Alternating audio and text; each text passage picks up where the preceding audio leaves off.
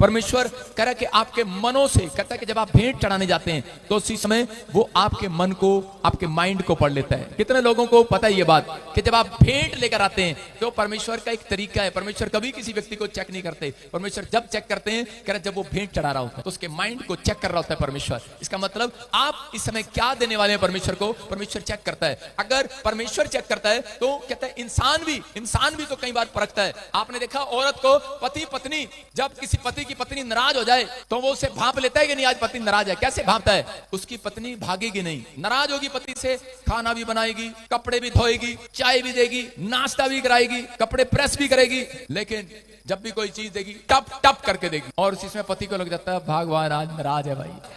हम जांच लेते हैं आज पत्नी गुस्से में लग रही है भाई, आज पत्नी नाराज है भाई। लेकिन यहां परमेश्वर भी कह रहे कि कई बार आपको जांच लेते हैं। अगर पत्नी सारा काम भी करेगी लेकिन कभी भी आगे से बोलेगी नहीं, बस बता देगी कि मैं नाराज हूं, उसके इशारे करने से पता लग जाता है नाराज है। परमेश्वर ने भी हाबिल को और कैन को जब उन्होंने भेंट चढ़ाई तो परमेश्वर ने बता दिया, कैन तेरे से नाराज हूं, मैं तेरी भेंट को लेने वाला नहीं हूं। लेकिन वो उस समय भी वो समझा नहीं, क्योंकि वो बचा खुचा लेकर आया था परमेश्वर के सामने। वो बचा खुचा, पवित्र आत्मा बताता है मलाकी की पुस्तक में 3:11 में लिखा, कह रहा परख कर देखो यहोवा भला है कि नहीं। आज बहुत सारे लोग परखते हैं परमेश्वर को, लेकिन पवित्र आत्मा कह रहा है कि परख कर देखो।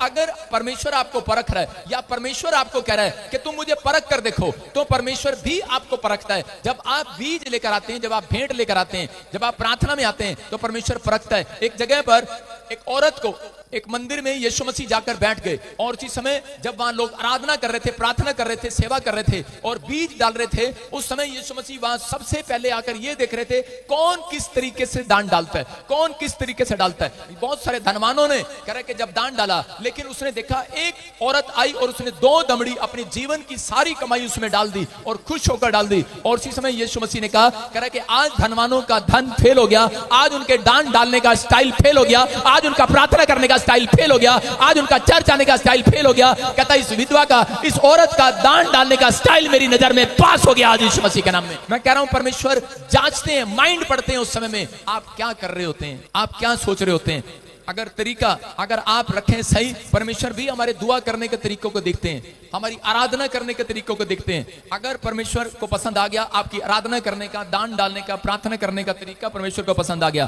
तो परमेश्वर आपको नए नए आइडिया देंगे बिजनेस करने के लिए, नए नए तरीके देंगे आज के बाद आपके लिए। लेकिन आपको अपनी लाइफ में इन चीजों का ध्यान रखना है। कुछ लोग प्रार्थना करते हैं लेकिन उनका तरीका सही नहीं है, अपनी प्रार्थना में दुश्मनी निकालते हैं। परमेश्वर आपको पता है मेरी सास ने मेरे साथ क्या किया था, दहेज में 1 रुपया नहीं दिया परमेश्वर, आप देख रहे हैं मेरे ससुर को, उसने मुझे कभी आई लव यू नहीं बोला, आप जानते हैं परमेश्वर ये कितना कसाई है।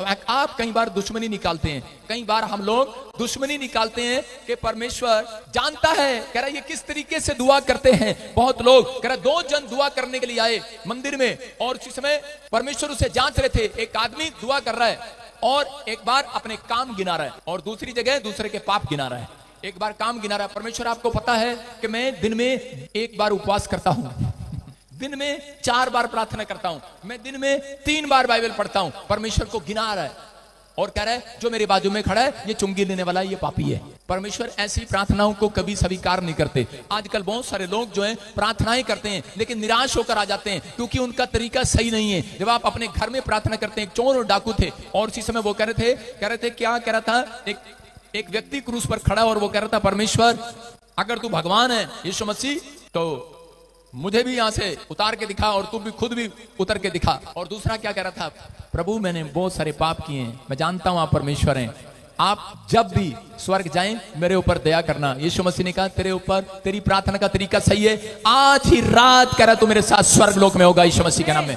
सालों साल हो गए प्रार्थना करते, बच्चा नहीं है, सालों साल हो गए बिजनेस बढ़ नहीं रहा, सालों साल हो गए कह रहा कि फैक्ट्री खोलना चाहते हैं लेकिन एक छोटी सी पापड़ की दुकान भी नहीं खुल रही है, एक रेडी भी नहीं लगा पा रहे हैं। परमेश्वर का आत्मा कह रहा है कि आपका तरीका सही होना चाहिए। आपकी प्रार्थना में कहता है कि परमेश्वर कहता है कि दूसरों पर दोष नहीं चाहते, आपकी प्रार्थना में परमेश्वर ये नहीं चाहते कि आप परमेश्वर पर दोष लगाएं। कहता है परमेश्वर चाहते हैं, कह रहा है कि आप कहता है परमेश्वर के सामने नम्र बने और दया मांगे परमेश्वर से। पवित्र आत्मा उन प्रार्थनाओं को सुनते हैं। अगर आपका तरीका सही है तो परमेश्वर परमेश्वर काम करता है। आजकल के बच्चे मैं कह रहा हूं क्या करते हैं, अरे यार चल प्रार्थना में, अपनी बहन को अपने भाई को बोलते हैं चल यार प्रार्थना में चल, करने तो ये बुड्ढा बुड्ढी ना अपने माँ बाप को बोलते हैं ये बुड्ढा बुड्ढी ना में जीने नहीं देंगे पूरा दिन। करे चल यार इनके साथ प्रार्थना में बैठ जाओ 1 घंटा 2 घंटा। करे अगर इनके साथ चर्च नहीं गए तो कहता है पूरे हफ्ते मोबाइल नहीं देंगे ये बुड्ढा बुड्ढी हमें, कह रहे कि खेलने के लिए, कहते इसलिए चल जा 2 घंटे बैठ जा जाके। इसलिए बच्चे ना यहाँ पर 2 घंटे के लिए बैठे हैं, पूरे हफ्ता मोबाइल मिलेगा।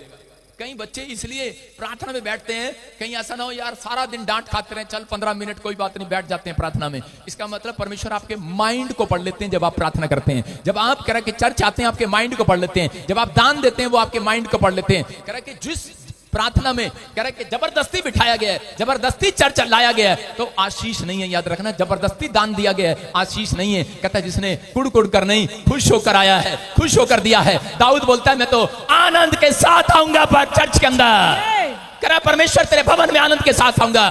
कह रहा कि इसलिए परमेश्वर चाहते हैं, कह रहा कि उस व्यक्ति को परमेश्वर ने चुना। दाऊद को क्यों राजा होने के लिए चुना? क्योंकि उसके अंदर परमेश्वर के घर आने के लिए आनंद था। इसलिए पवित्र आत्मा ऐसे व्यक्ति को, कोई बड़ा आदमी आज रात चुनना चाहते हैं जो अपनी मर्जी से आना चाहता है, आनंद के साथ आना चाहता है। जबरदस्ती नहीं आया चर्च के अंदर। मैं कह रहा हूं जबरदस्ती दान नहीं दे रहा कि हाथ उठाओ, पादरी लोग बोलते हैं हाथ उठाओ, कौन कृषि से बीज बोएगा, हाथ उठाओ, और पत्नी कहेगी उठा लेना, सारे उठा ले, तू भी उठा लेना, और पति करेगा ऐसे उठेगा हाथ, अपने आप नीचे चला जाएगा और हाथ ऊपर उठ जाएगा, धीरे धीरे उठता है। मैं कह रहा हूं इसका मतलब आपकी जनानी ने उठाया है, आप चाहे 10 लाख भी दे दो भाई साहब तब भी 10 करोड़ नहीं आने वाला, लेकिन अगर आपने खुशी से उठाया ऐसे करके, मैं कह रहा हूं परमेश्वर आज रात मैं कह रहा हूं करोड़ों रुपए का मालिक बनाने वाला चर्च क्या तैयार है कि नहीं? हाँ या ना? कह रहा लहर उसमें नहीं है, खुशी उसमें नहीं है जिसमें कोई आपको पंप दे रहा है। कह रहा लहर उसमें है जो आप वचन सुनने के बाद आप खड़े हो गए, तैयार हो गए परमेश्वर के लिए।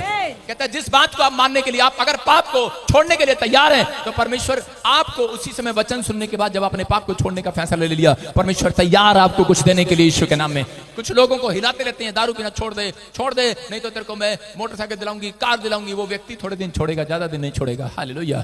इसलिए परमेश्वर चाहते हैं, कहता आपका माइंड पढ़ लेते हैं जब आप प्रार्थना करते हैं। आज मेंबरशिप में बोलो, एक मेंबरशिप वाला आदमी था और आके कहने लगा, कह रहा प्रॉफिट जी ये रोज रोज का लोचा ही खत्म करो। मैंने कहा क्या? कहता हर महीने आप बुलाते हो मेंबरशिप दो, मेंबरशिप दो। कहता लोचा ही खत्म करो, टंटा ही खत्म करो। मैं क्या हो गया? कहता टंटा खत्म करो। मैं क्या हो गया? कहता एक बार इकट्ठा ही ले लो, हमें आना ही ना पड़े। मैंने कहा इसका मेंबरशिप का माइंड पढ़ लिया। मैंने कहा तू मेरा मेंबर नहीं, आज के बाद मेंबरशिप को क्यों दान लगाया जाता है कि ताकि आप मेंबरशिप के बहाने चर्च आए, आप आए और प्रार्थना सुने और आपका माइंड सही हो, और ताकि परमेश्वर का माइंड आपके लिए कुछ करने के लिए खुले आज रात यीशु मसीह के नाम में। लेकिन कुछ लोग अपना तरीका यूज करते रहते हैं। लेकिन अगर आज आपने परमेश्वर का तरीका ले लिया, मैं कह रहा हूं कि आबिल ने अपनी कमाई का हिस्सा सबसे पहले प्रभु को दिया। अगर आप अपनी जिंदगी में सबसे पहला स्थान परमेश्वर को देते हैं तो मैं कह रहा हूं कि पवित्र आत्मा आज रात मैं कह रहा हूं सबसे पहला नंबर आपका लगाएगा।